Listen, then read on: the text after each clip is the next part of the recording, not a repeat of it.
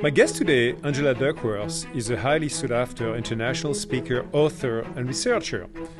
Rosalie and Egbert Chang Professor of Psychology, University of Pennsylvania, where she studies grit and self-control. Her book, Grit, The Power of Passion and Perseverance, was obviously a #1 New York Times bestseller and stayed on the bestseller list for 21 weeks. She's currently writing an eagerly awaited second book, exploring how our situations can change us and how we can change our situations. It's a real pleasure to have you on the show. A very warm welcome, Angela. Thank you, Jean-Philippe. Thank you so much. So I'd love to start you, I love to do that always with my guest, by asking you a few questions about your situation growing up. I think you are born into a Chinese immigrant family. It sounds like your dad was very focused on the idea of genius and how smart you and your siblings were. And he did not think of you as being maybe smart enough, I was told, which must have been pretty tough on you. So can you paint us a picture, not of course of your ugly dad, because I'm sure it was wonderful, but of your early life and experiences that shaped you with your family? Yeah, my dad did love me very much, but I will say that, maybe there's this expression of having a tiger mom. I mean, in a way, I guess you could say I had a tiger dad. So my parents immigrated from China to where I live now, the Philadelphia area. And, he really was obsessed with achievement. I mean, including his own, by the way. Every year when the Nobel Prizes were announced, especially in chemistry, because that was his field. He worked for DuPont. He always I think was mildly disappointed that he was not the recipient. And then growing up, there was this, constant refrain about, and I think it was as much implied as it was explicit, but that, some people really are geniuses, and he really admired them. I mean, he talked about Isaac Newton and Albert Einstein and great chemists. And I thought to myself as a little girl, if my dad is both telling me that I'm no genius in exactly those words, and if I look around in my classroom and it's pretty clear I'm not even the smartest kid among 30 children, I'm what's gonna happen, and how much am I gonna I guess earn my father's attention and love. So I grew up with a little bit of a rebellious streak, Jean-Philippe, and I just had a sense that he was not entirely correct, that greatness is from innate talent, and that's what led me to become a psychologist in the long run, I think. Studying things that are not that. We're going to go back to that for sure, Angela, in a few minutes. But to what extent did that experience with your dad impact your ability to persevere and find interest later in life? Was it like a trigger, or one of the triggers, maybe early, It's such a good question. I can speculate. When I said that my father, would talk a lot about achievement, it's true. And he talked a lot about genius and so forth. But also there's what people do, right? So there's his lived example. And I certainly had the example living in my own household of his grit, right? He really loved his work. He talked about it. He thought about it. He would sort of stroke his nose or he would cross his arms, and I knew he was thinking. And he was in many ways, in love with the work he did as a chemist. So I think in a way I had a model of passion and perseverance for long-term goals, even if there weren't a lot of lectures about that. I do think that so much of grit does come down to confidence. When you see somebody give up and you ask yourself, look, why don't they work harder? Why did they give up? Very often it is from lack of belief that you can do something. Somehow I was able to sustain the belief that I could. Yeah, let me ask a question, and maybe, it's not the right question to ask, but did your dad have a chance to read your book, actually, Angela? So when I was writing the book, my father was already in the late stages of Parkinson's disease and a few other things that I think we never quite figured out what was going on. So I was able to read it to him. Wow. But I am not 100% sure, how much he grasped. But I will say this: he lived and he was still healthy when I became a professor studying this topic of effort and achievement. And I know that you and I are both very interested in growth mindset. You know, I don't want to paint a picture of my father like he never changed. I think my dad did learn a lot in the course of his life, and I think he became more open-minded to, you know, other accounts of excellence than maybe he was brought up with. Different types of geniuses. Yes, exactly, and different paths to genius. Yes. So, continuing a little bit on your childhood and, of course, the role of your parents, I was really moved when I read the prologue for your new book about how situations change us, but more importantly, how we change our situations as well. And in your new book, you explore in particular, I think, your relationship with your mom, with what sounds like a deep appreciation and understanding of her situation. So what was your mother like, and where did the idea for your new book come from, Angela?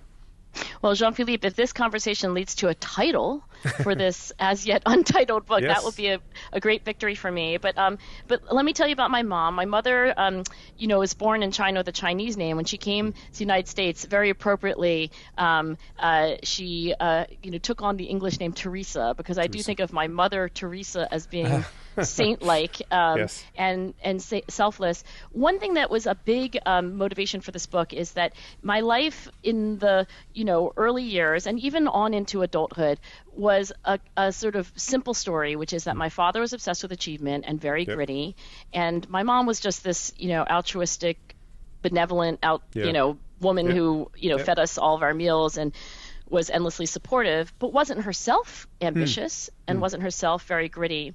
Now, when I, started thinking about this more critically in the last few years, I sort of woke up to some of the things that I missed when I was a little girl. Yeah. So my mom came to this country separate from my father. They had not met until here. She crossed the ocean and came here actually knowing nobody. She had no relatives here. Wow. She wanted to be an artist, and she felt like she would have a better chance at becoming a great artist if she came to a country like the United States.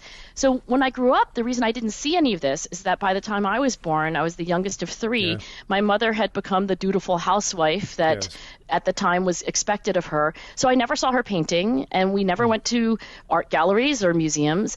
And so when I had this mind's eye image of my mother, I thought, well, she's lovely, but she's not very gritty. She's lovely, but she doesn't have long-term goals. Now my mom just turned 89, and I now realize that she had tremendous grit and tremendous ambition, but she didn't have a situation that supported that. And I think that's really the theme of this book. To what extent can an extraordinarily gritty person either achieve or not achieve their dreams depending on their situation? I think it's actually quite exciting and interesting to hear you, Angela, talking both about some of the values, some of the traits as well. I think we'll talk about the character later on of your dad. And then your mom. It looks like the perfect yin and yang coming together with Angela, maybe. Did that influence your, again, not just your work, but the way you've been kind of defining your kind of your life and the key interests you have in life, including, of course, grit and what it means in fulfilling one's life, which is not just being a genius, but it could take different shapes and forms.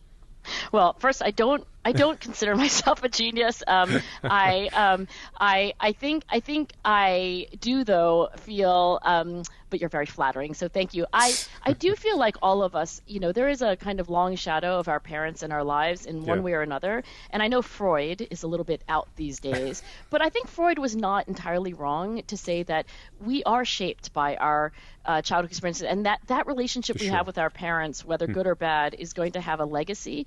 With my mom and dad, I will say my dad probably did give me a lifelong obsession with excellence. I love excellence. I mean, Jean-Philippe, you could tell me like, oh, this person is the best, crossword puzzle solver. I'd be like, wow, I want to meet them, or, anything, even if I don't have inherent interest in that domain.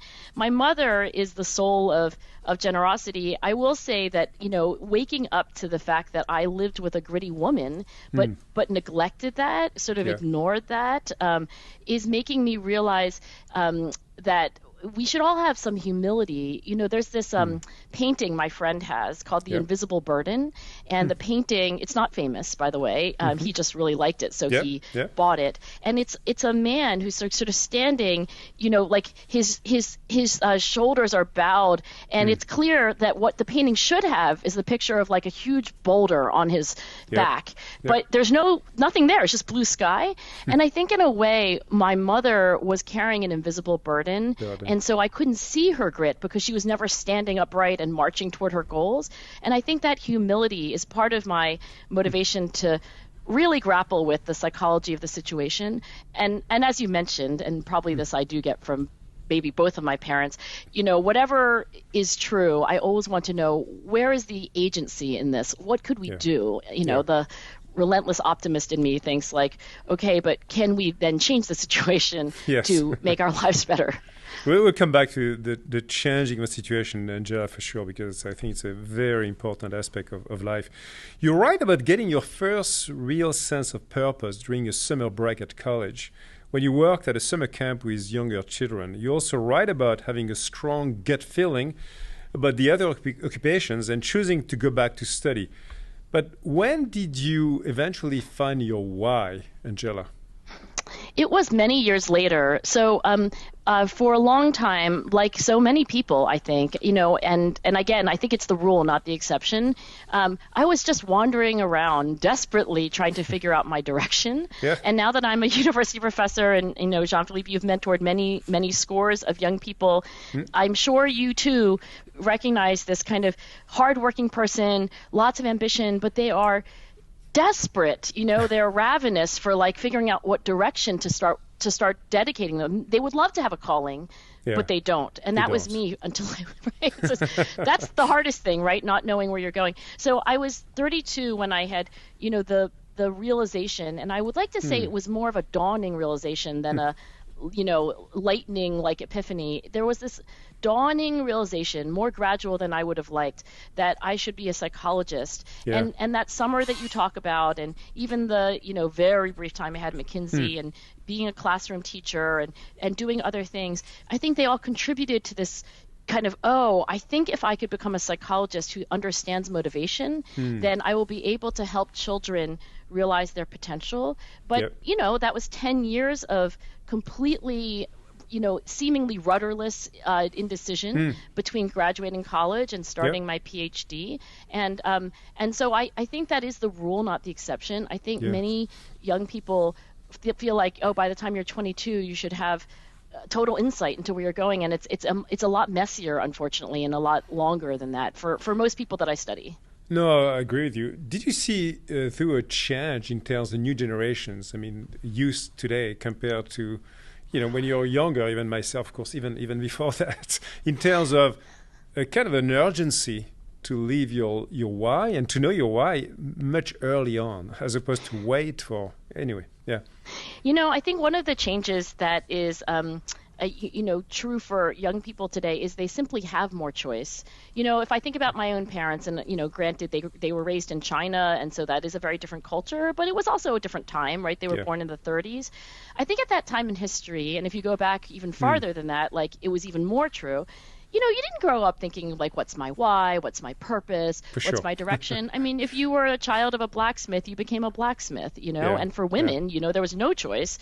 My father was given his career by his father. So I came from a family that was in textiles in China, so silk production. And my grandfather assigned to each of his sons, of course, the girls were not supposed to have professions, but the boys were literally given, you study this, you study that. And he turned to my father, who was the youngest. He said, you're going to study color chemistry so that you can come back and make the colors for the silk. It's family business. It's a family business. It's a family business, right? Exactly. It's like start bussing the tables like right now. So my father had very little choice. I think young people today, it is a blessing and a curse that they are given so many options, and I think that is one reason why they are asking questions about why and purpose, which I think is more of a blessing than a curse, but it is a burden that my father didn't have to bear. That's a great point. It's very fair. I think it's kind of almost the luxury of living in 2023, although there are some tougher aspects are also for youth to live today. But it's a different discussion, a big one. Angela, as part of your research into achievement and grit, you studied new recruits at West Point Academy. And your focus was retention, specifically working out if you could predict who would stay and who would drop out.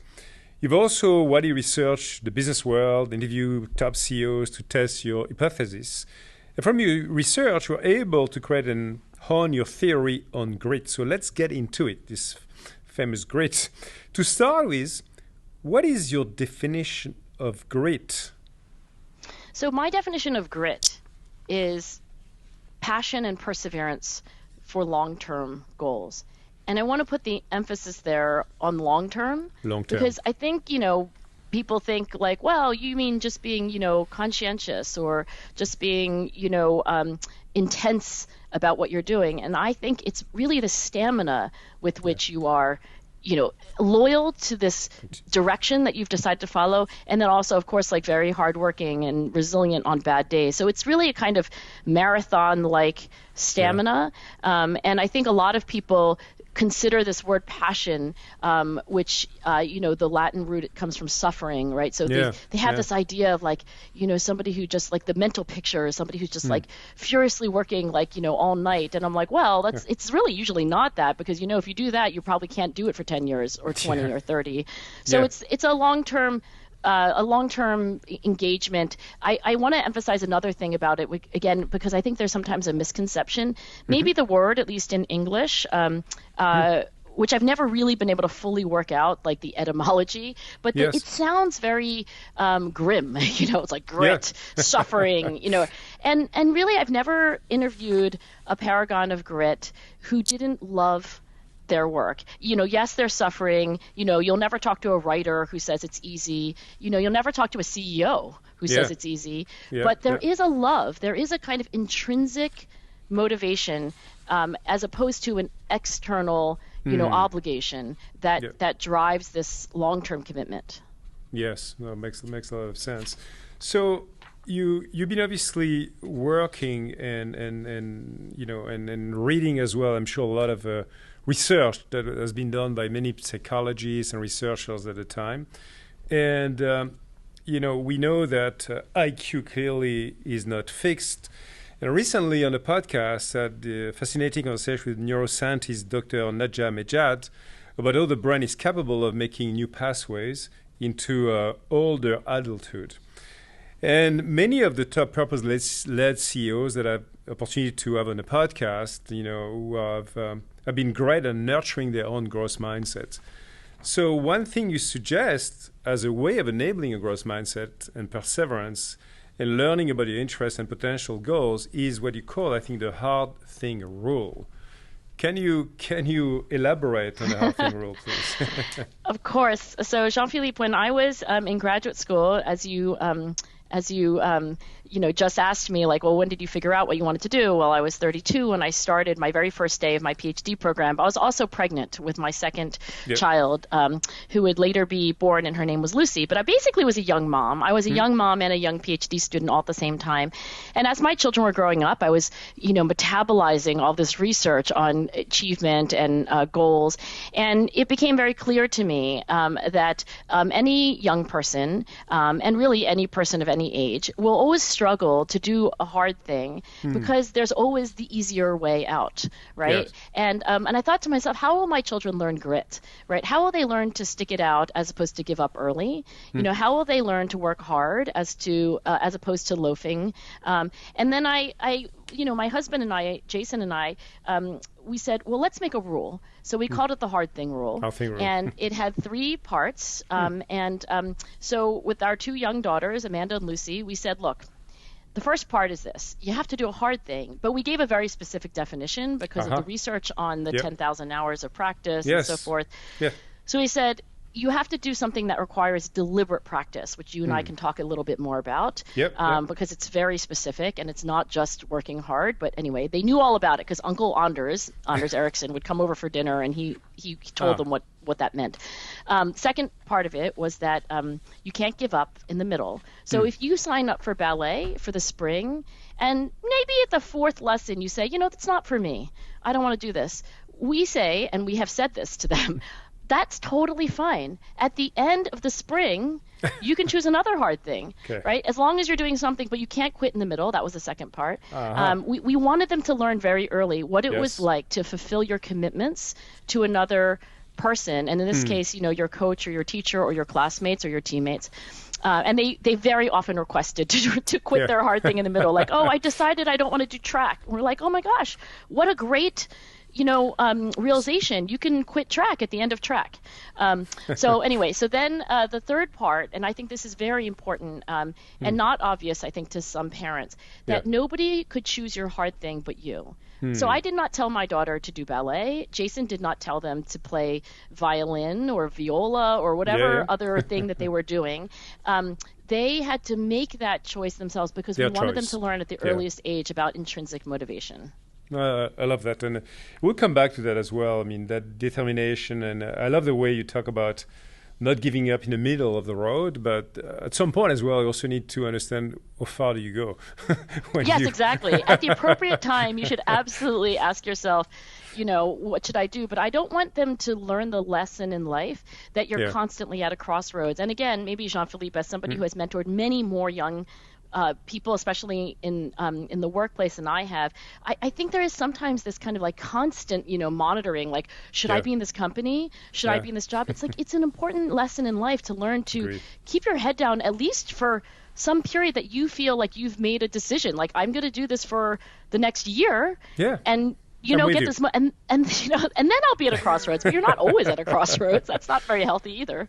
No, I'm with you. I think you've got to live an experience fully end to end, and then you decide, of course, on based on your experience, on the excitement, the passion or lack of, what to do next in your life. But don't give up too early, for sure not. So I'll have to go back as well to some of your work. You've been writing about researchers, psychologists, of course. Some that have inspired you, like me as well, like Carol Dweck and her growth mindset theory. And your second-year advisor, I think, recent guest on my show, Martin Seligman, and his PERMA model of positive emotions. So I'd love to understand, actually, how did you land on your unique grit formula, if I may say so, and what influence did some other psychologists and researchers had on you and your work, Angela?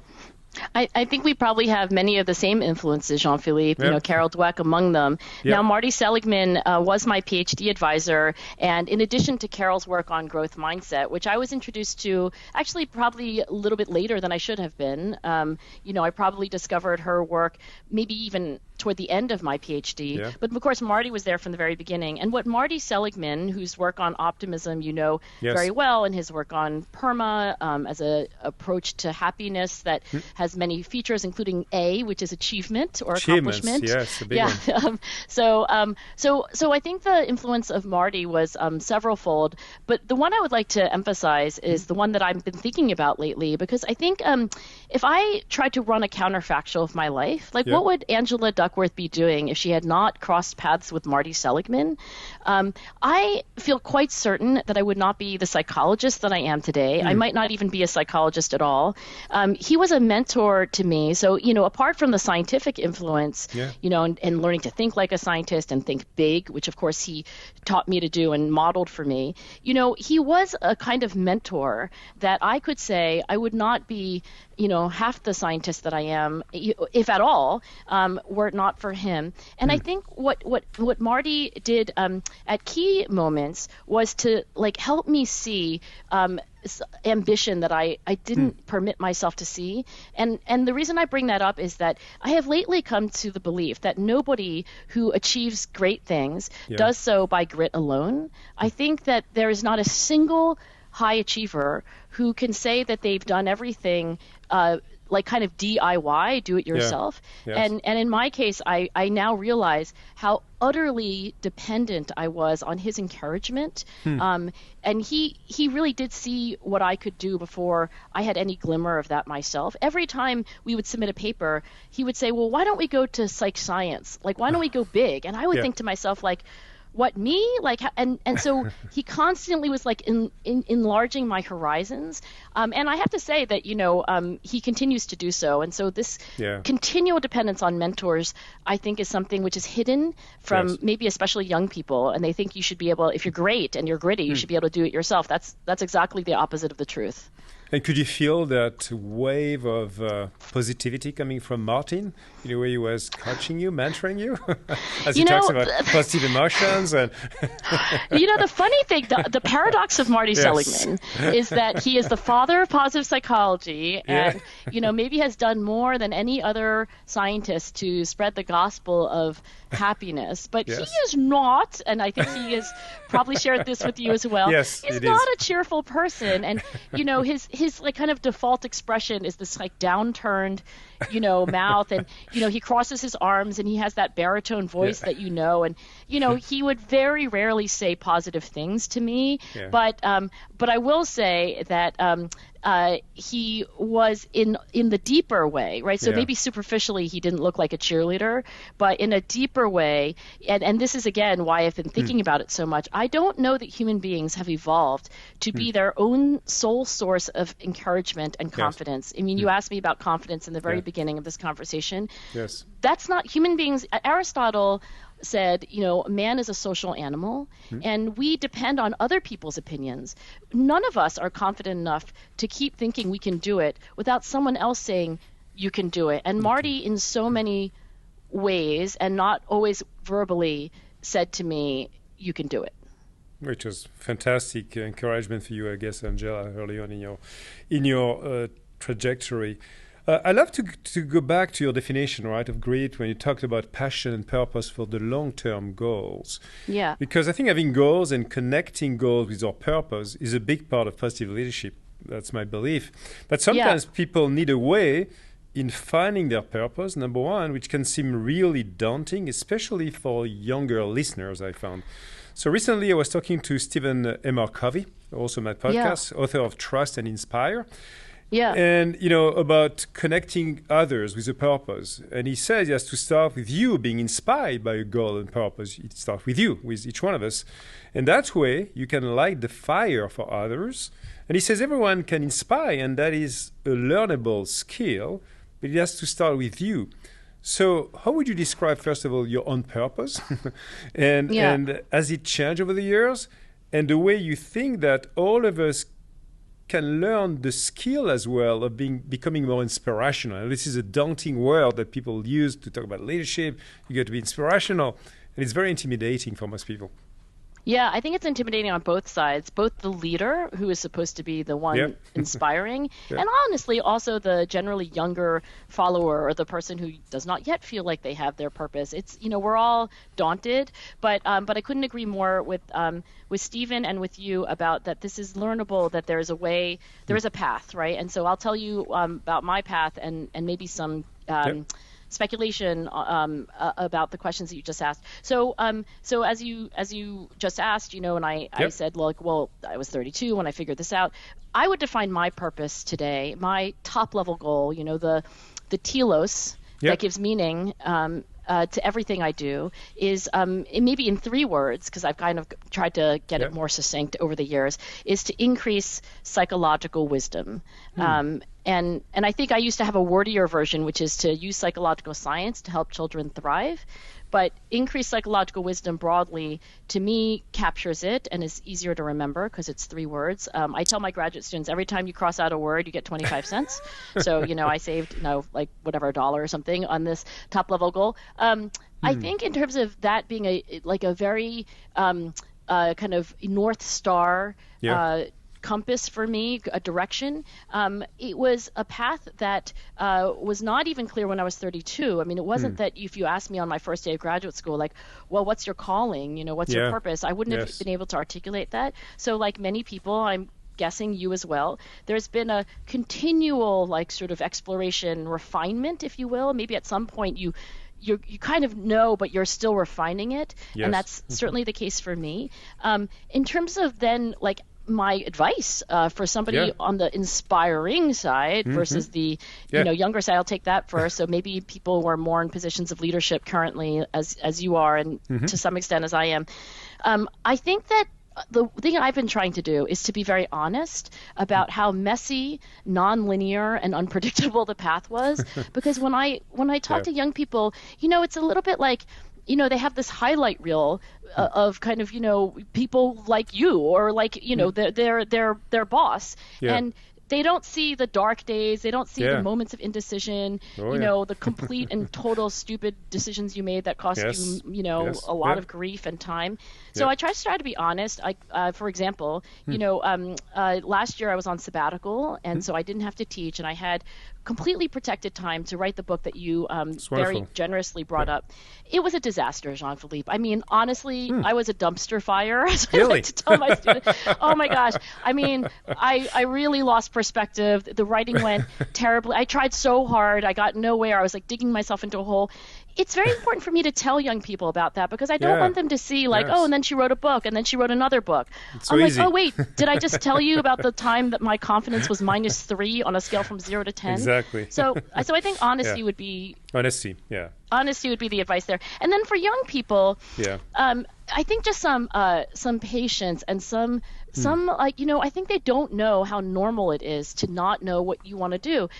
So many young people, they have the work ethic, they have, so many of the skills, but they don't yet have, as you said, a purpose. But just to have some, understanding that is normal. It is, Julia Child was like in her middle age practically before she even started cooking, right? So, you're going to live a long time. Keep working out and sleeping, and you're going to live a long time, and keep working hard and find mentors and ask yourself, questions about your values and your interests, and you will, I think, find a purpose, but it doesn't happen overnight, unfortunately.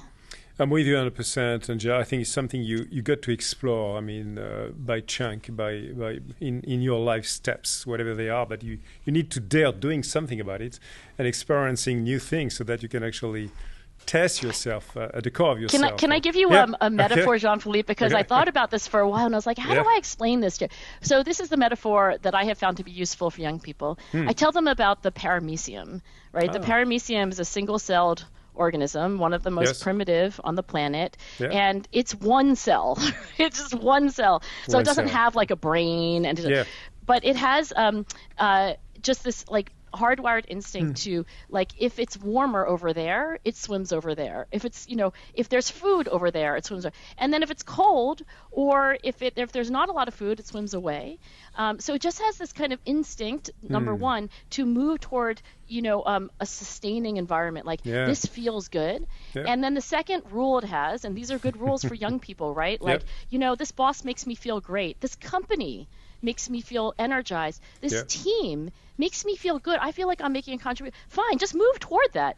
This group of people does not give me energy. I don't feel like move away from that. Move so that's away, rule number one. Just like a paramecium, it's not that deep. You only need one cell to figure this out. And the second thing a paramecium has, and I actually talked to a world expert on paramecia just to get this right, and he was like, this is basically how it survives and why it's still on the planet, right? These two things are all it needs to survive. The second thing is that a paramecium kind of moves in a actually very primitive randomness kind of way, like those vacuums that are Roombas, right? So it'll swim, and moving towards nutrients, towards warmth. But then if it hits an obstacle, right? Say it runs into a rock, right?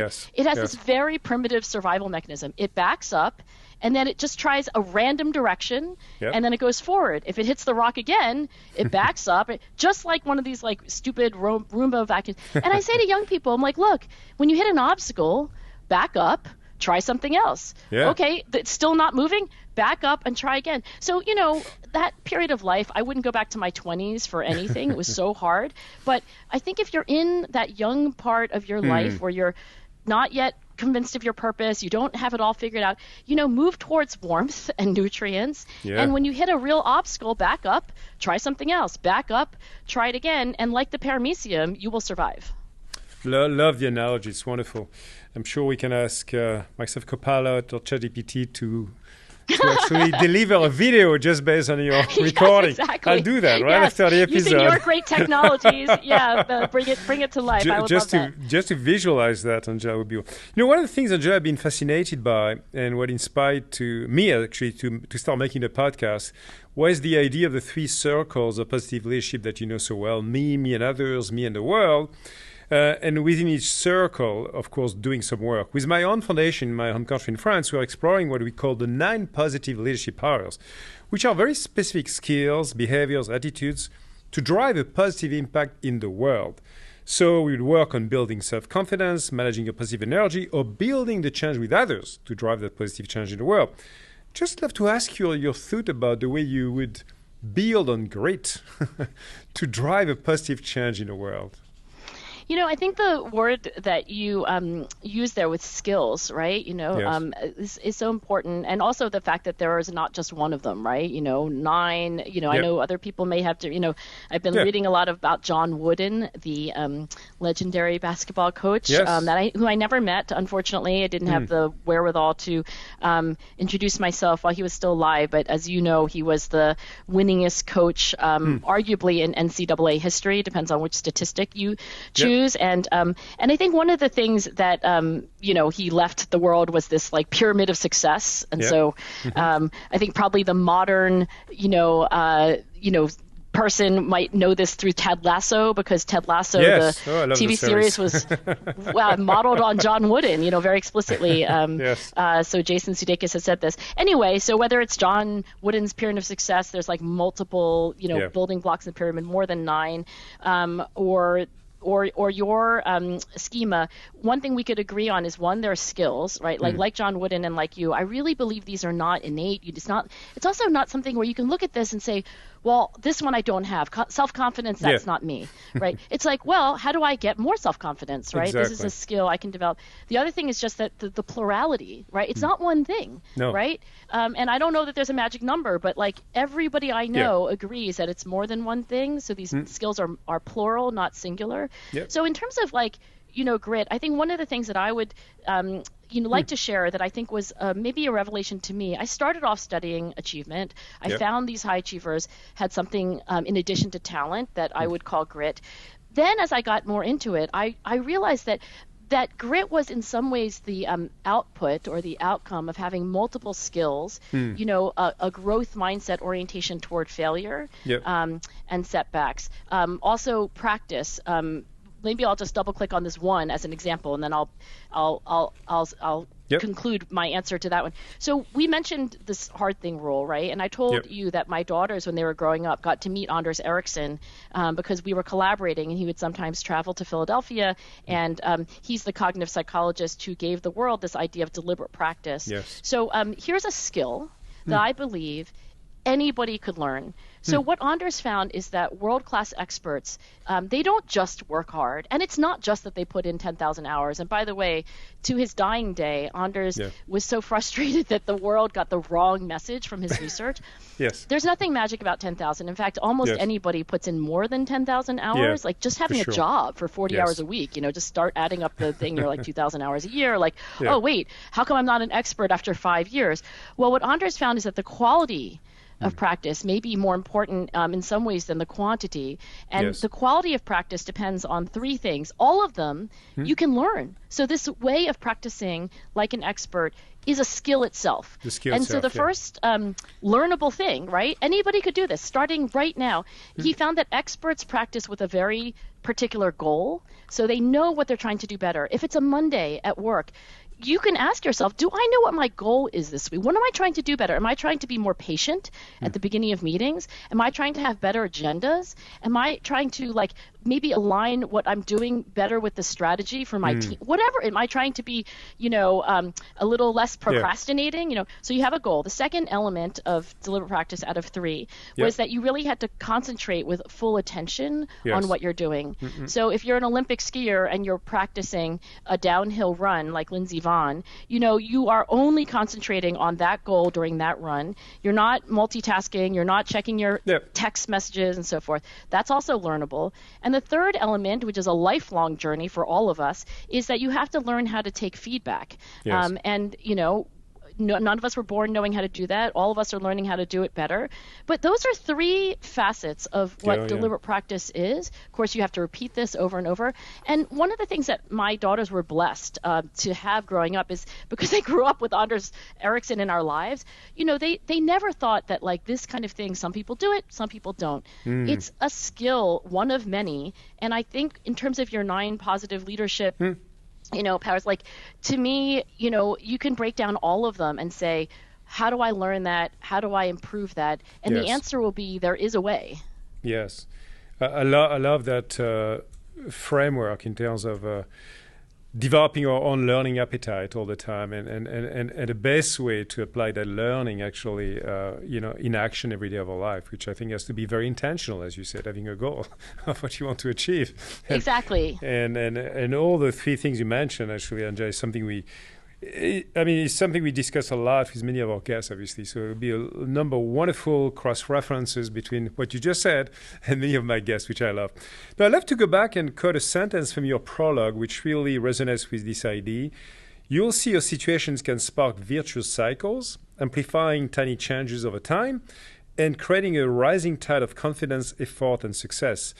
I'm so excited to read your book soon when it comes out.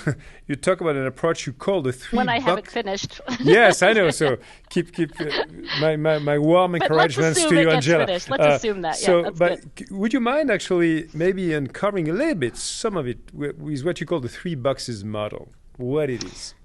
Yeah, so one of the major inspirations for me as a psychologist was this psychologist that I met about 12 years ago at a conference at Yale, and it was a conference on behavior change and self-control, and it was a little bit like the Academy Awards for this area of research. And so, no, we didn't have like Matt Damon, but we had, what in my universe was like the equivalent, right, the superstars.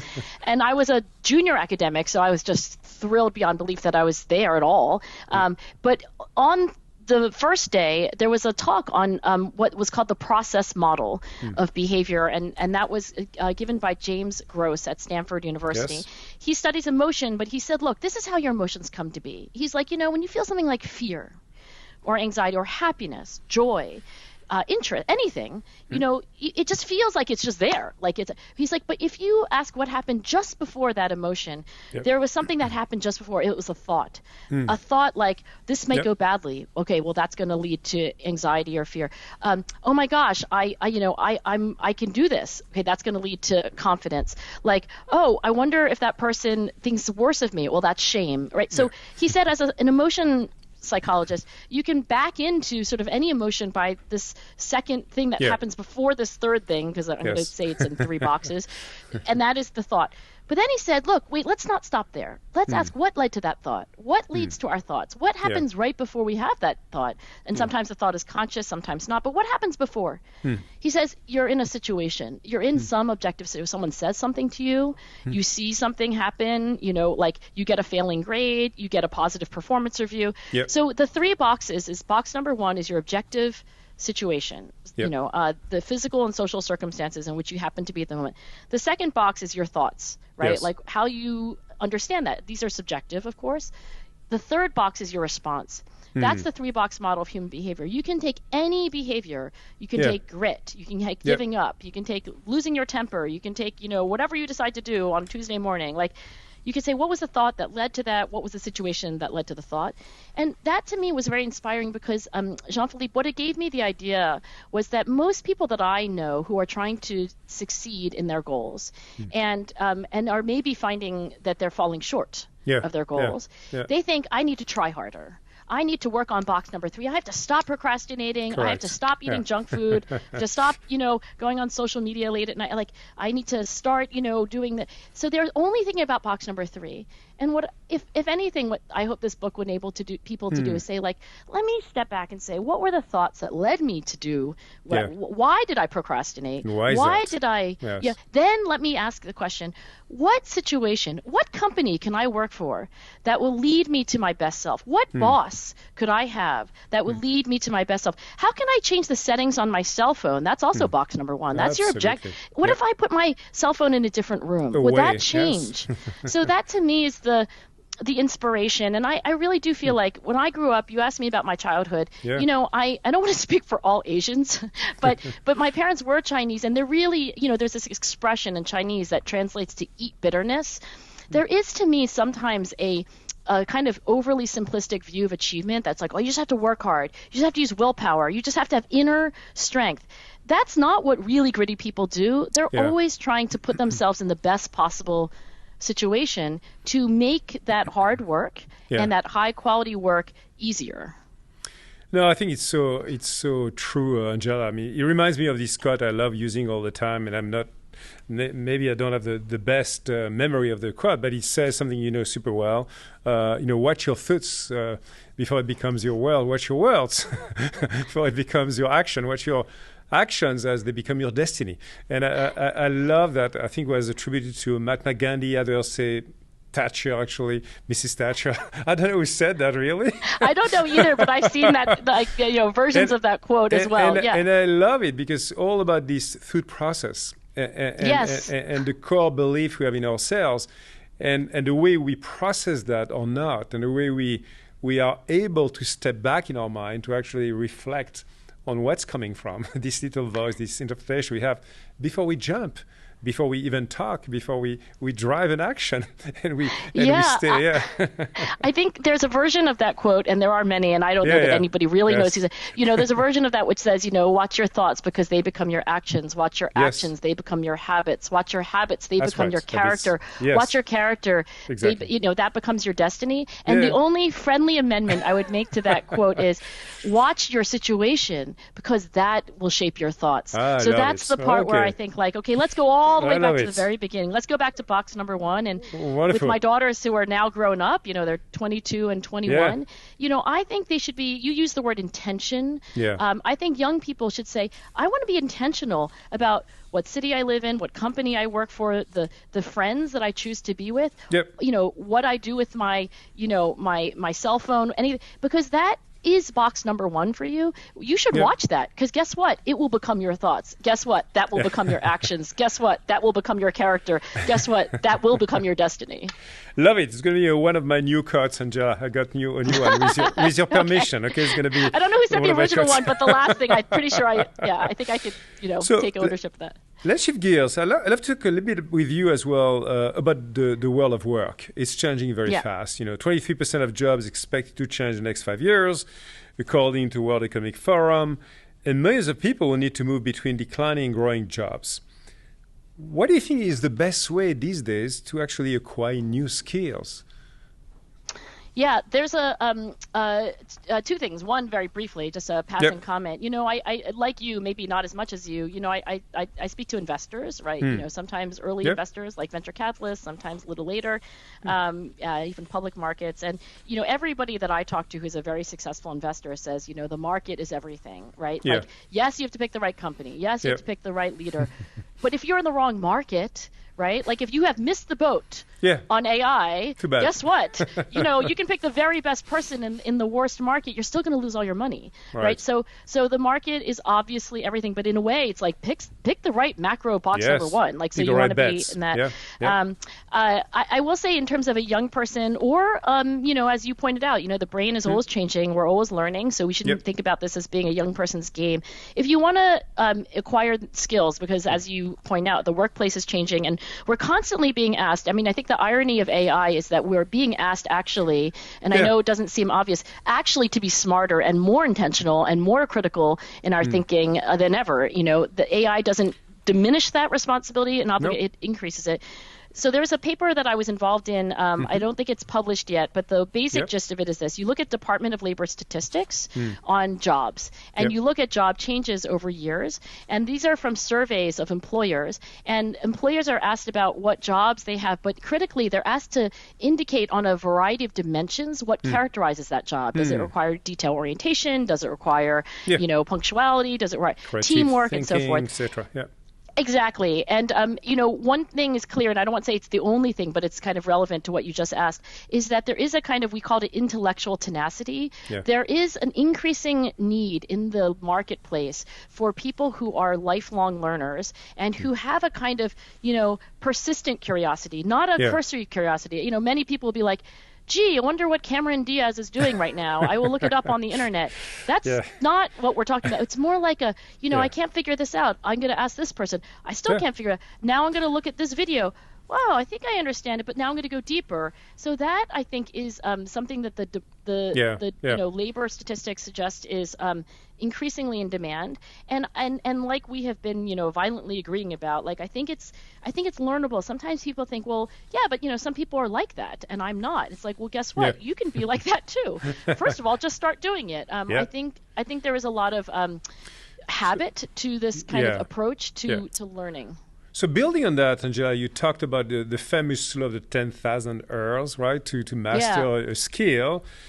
Again, in this new AI age, where hopefully more and more people, I'm not saying everyone, this is not the case yet, but more and more people everywhere in the world will be able to have this copilot, this AI assistant to support us, to learn new things, to grow ourselves, hopefully. How do you think about these 10,000 hour skills? And how do you see a new pattern, again, in learning, experiencing on the job, on the task?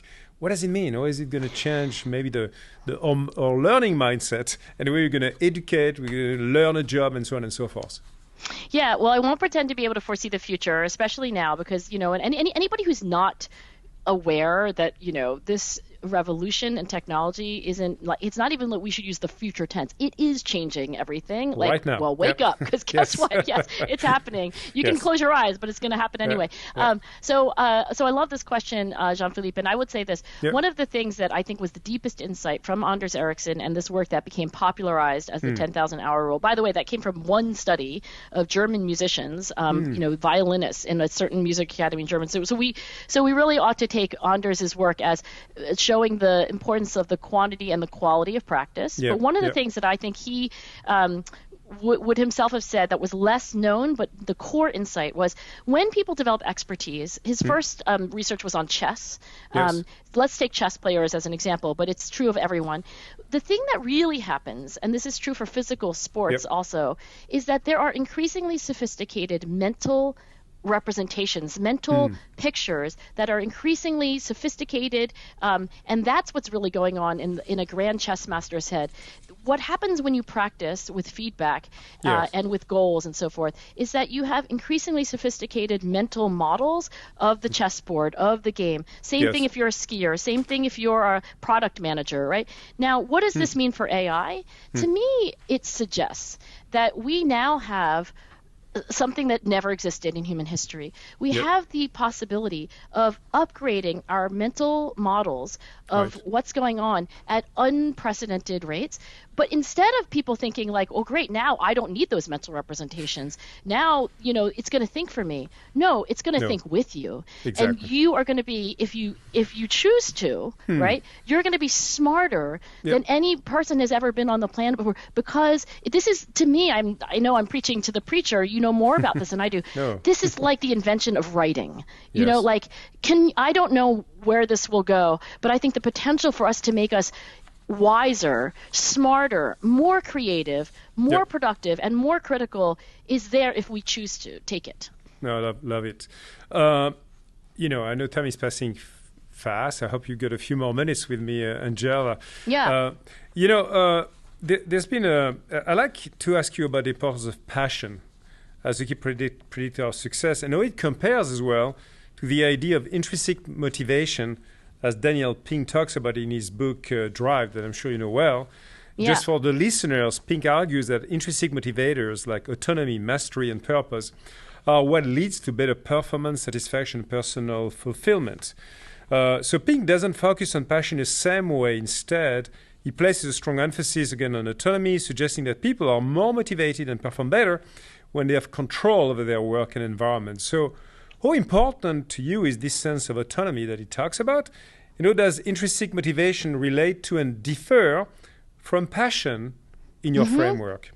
Yeah. First, I'll say Dan Pink is he's a great writer, a great thinker, and also just a really nice person. I met him a long time ago, and he was so kind to me, and had no other reason to be other than that he's kind.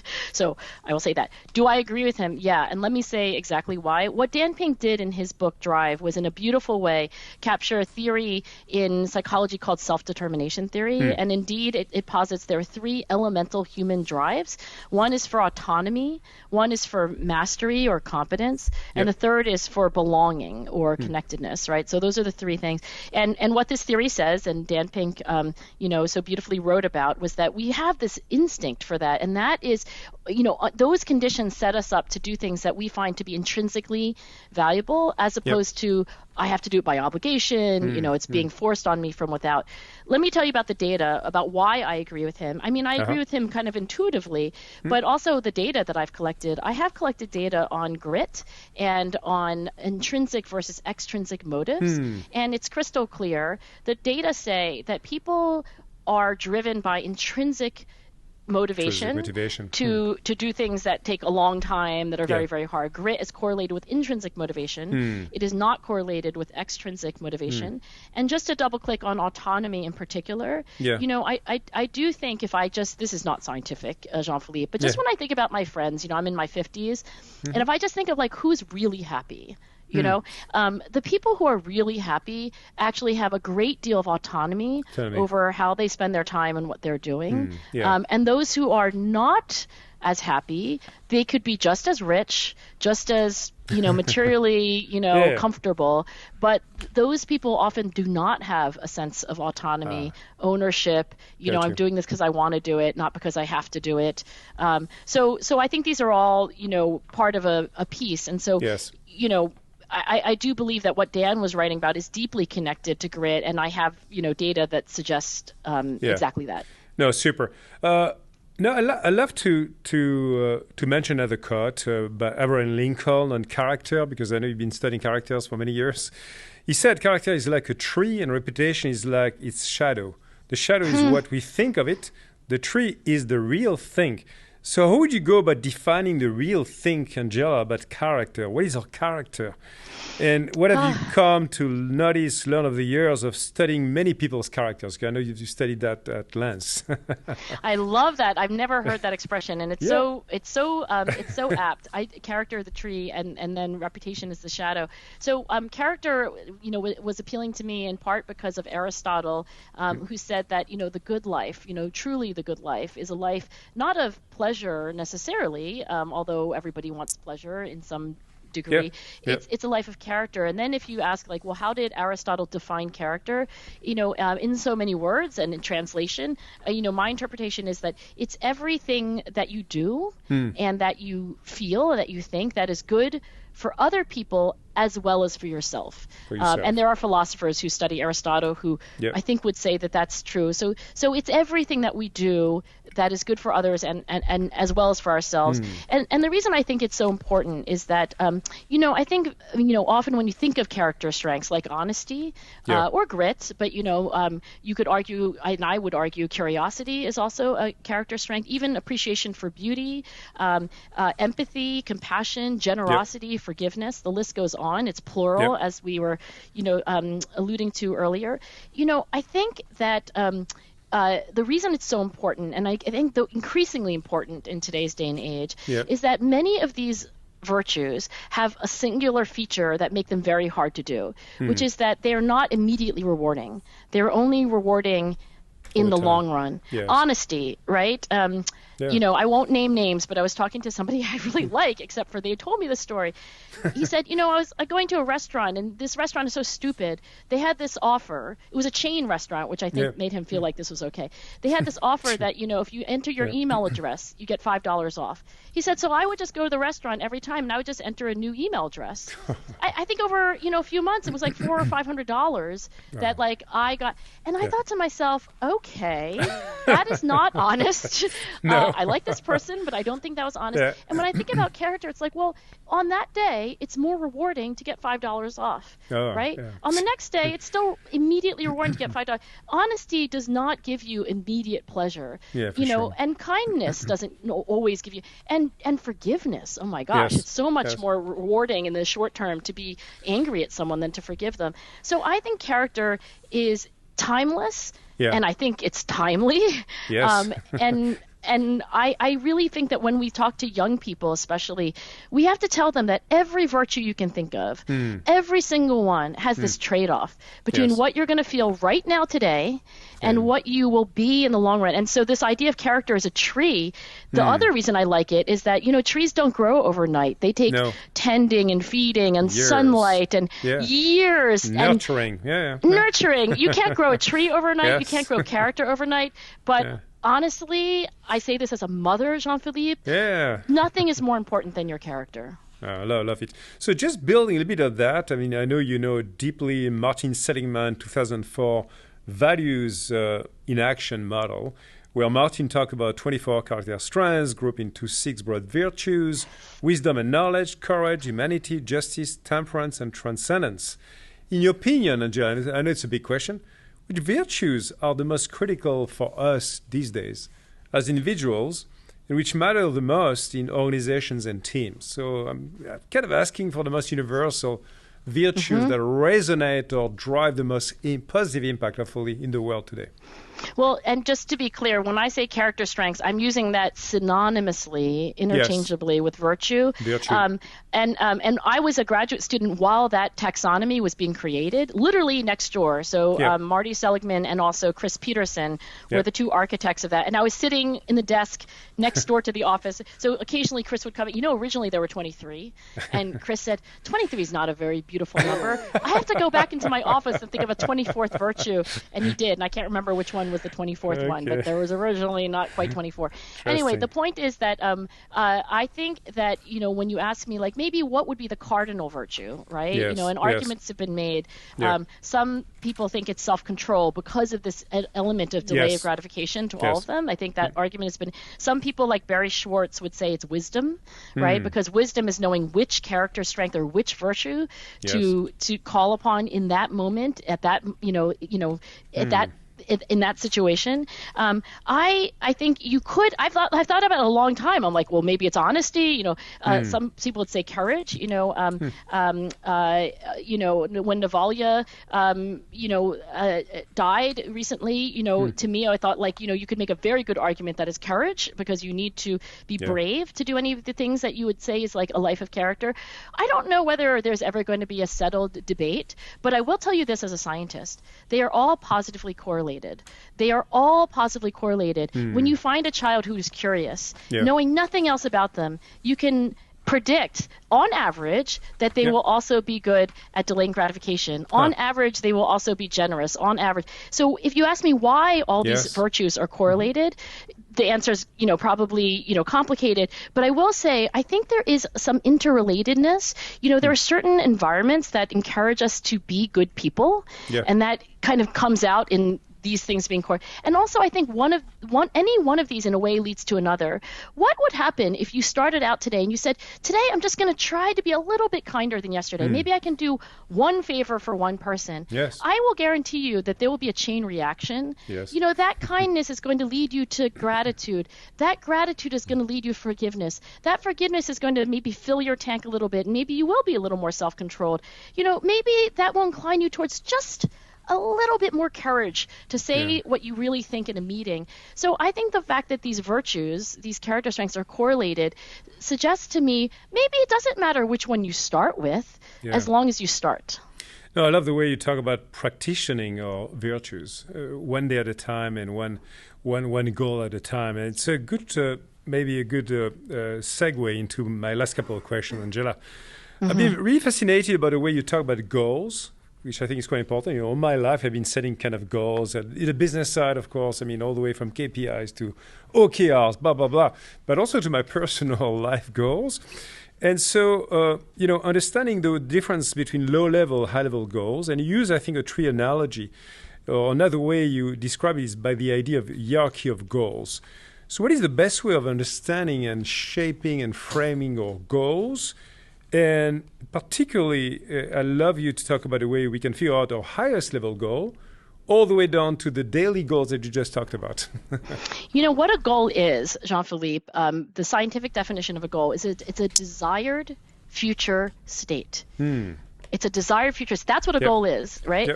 And you are exactly right that sometimes they can be very granular. The granular goals are the things that you have to get done right away. They're very specific. They're very concrete. And oftentimes they're small, like, I have to make sure I sign on to Teams, before the call starts. Okay, so then you have, maybe larger goals, a little more distal, like the things that you're trying to get done this week, this month. And yes, it absolutely, by the way, it has an analogy with OKRs and KPIs. It's the same idea that there's a hierarchy. And the higher you go up on the hierarchy, the more abstract and long-term, right. And maybe more even important, you could argue, these goals are. Here's the practical thing that I would like to emphasize about goals. And I think this obsession with goals in the workplace is not misplaced. Without those intentions of desired future states, where are you going? But I think maybe the key element to me in this and the practical advice is alignment. Right? You have to audit your goals and say, what are things I'm trying to get done today, right? These lowest level goals. How are they aligned? Or how are they not aligned with my mid-level, higher level, and even I gave you my 3-word top-level goal. For example, this conversation. How does this conversation, which was a low-level goal, right? It's very specific. It's, we're meeting at a certain time. It's going to have a beginning and an end. How is this related to my top-level goal of increasing psychological wisdom? To me, I was able to make those connections quite quickly. It's very aligned. So there was no ambivalence. It wasn't like, oh, gosh, I have to sign on. No, this is absolutely. And if you ask me what happiness is, happiness is not winning the Nobel Prize. Happiness is not, making a lot of money. Happiness is living, and you could even argue character. It's alignment. What I am doing today is aligned with my deepest purpose and values. There is a consistency. Am I going to win the Nobel Prize? Probably not, right? But there is a sense in which I have a kind of peace of mind of doing what feels right. Right, exactly. It's it's of a piece. And when I have felt least happy in my life, Jean-Philippe, is when there has been misalignment, kind of a tension, a conflict. I should do this, but I don't want to, etc. So true. Last couple of questions. Just finishing on the goals, if I may push that even further. I'm also a friend of a podcast and executive coach, Michael Bungestani, that you may know, Angela, who's been writing this bestseller book on coaching, but he's been also writing a book called How to Begin Start Doing Something That Matters. In this book, he talks about worthy goals, and he gives them 3 characteristics. The goal has to be thrilling, important, and daunting. So what is your advice for setting challenging, audacious goals? Yeah, if I translate that into much more boring language, but it does align with the scientific literature, which, I confess is usually written almost deliberately in boring language. When Michael says, thrilling, important, and daunting, it aligns perfectly with what, 50 plus years of psychological research says about goals, which is on daunting. Let's take that. So one of the things about goals that's been studied is that, challenging goals, daunting goals, right, are much more motivating and much more achievement producing than less challenging goals, right? So I will say this, though, as somebody who also studies goal setting among people, often people set goals that are too daunting. So the thing is that when you ask somebody who's not in shape, what's your fitness goal? They kind of say ridiculous things like, I'm going to run a marathon by the summer. And you're like, wow, that's daunting, but almost too Yes. daunting. So I think sometimes you want to be daunting, but Yep. feasibly daunting, realistically daunting. That's another finding from research. Yes. But daunting has some grounding there. Then when he says thrilling, I think that aligns to what scientists who study goals. It's like it has to be enjoyable or interesting to you. Now that kind of sounds obvious, but a lot of young people set goals. Like they say they want to get fit, Yeah. but when they think about how they're going to do that, they don't pick an activity that is thrilling to them. They That they enjoy. pick something Yeah. which is terrible. Yeah. It's like, oh, I'm going to go on the Stairmaster for 45 minutes a day. Yeah. How do you feel about that? Oh, it's terrible. Yeah. If it's not thrilling to you to be on the That's- Stairmaster, choose something else. Choose yoga. Yeah, Choose I don't know. Choose something that Yeah. you find enjoyable or thrilling. And then the last thing you said is important. And I think to me, when I hear that as a psychologist, you know, that is a dimension that's also been studied. That is different from enjoyment or Yes. thrill. That is alignment with your personal values, and Yeah. and that to me is actually a very good recipe. When And you your say meaning. thrilling, important, Yes. this is it's a terrific recipe, and it aligns with the Yes. boring research. But yeah, I think that those are very practical ways of making the research actionable in your life. Super. I'd like to finish now by asking you just about your daily practices and advice you could share with listeners. I've heard you talking about the importance of positive self-talk, Angela. So why is it so important, and what advice can you give our listeners who want to try this self-talk? So the self-talk is this kind of a thing that we're all doing already. So self-talk is this kind of like verbal, like the closed captions in your mind. Sometimes you say it out loud. Most often you don't. For example, when you're making a decision, you are in your head thinking like, well, on one hand, on the other hand, that's self-talk, right? And when I said box number 2, where the thoughts that lead to the actions, that's box number 3. That's self-talk is box number 2, right? So it's this kind of private, monologue. Sometimes it's a dialogue because you're, kind of ambivalent about two things. So I would say in terms of positive self-talk, one thing to recognize is that optimists do talk to themselves in ways that are, focused on what they can change. They tend to pay attention to that element of possibility, of change, of growth, and of control.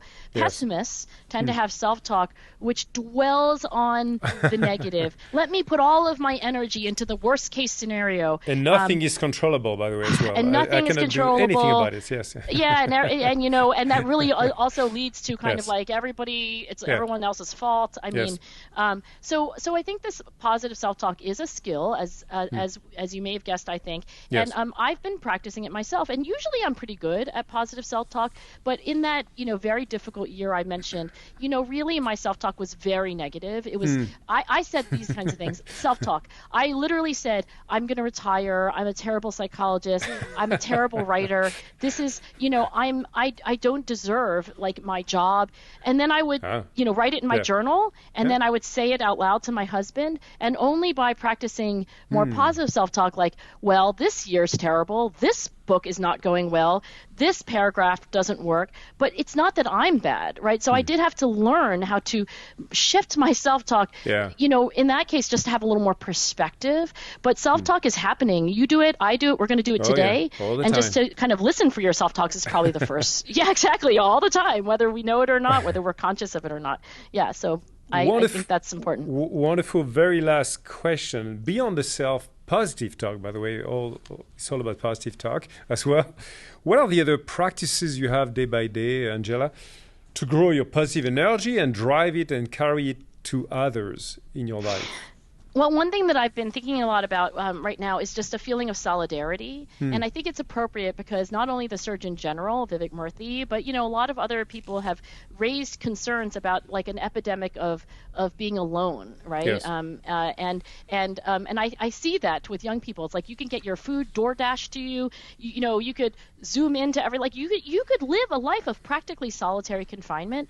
And when you are disconnected from other people, not just physically, but just in a more meaningful sense, I think you lose what I think is a very elemental drive, which is the drive for esprit de corps of solidarity. The reason I've been studying this, I've been looking into Alcoholics Anonymous as just a kind of extreme example of solidarity.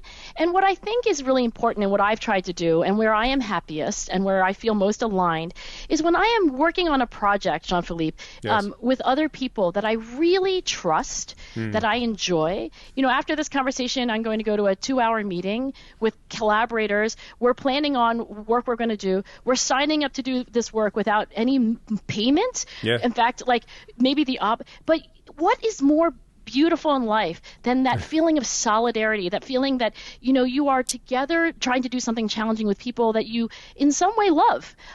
Yes. And so I feel like if there is a message for our time, as people are retreating to their bedrooms and watching Netflix and not going to even a movie theater, and just take an audit of your time and say, how much time am I really spending with people that I trust and admire, working toward a common purpose? And I think you will find, as many members of Alcoholics Anonymous find, that there is a kind of succor, there is a kind of satisfaction. We are social animals, as I said, and I feel that there is a danger that technologies could be, sometimes used. It's our choice, but I think that we can use them to bring us together.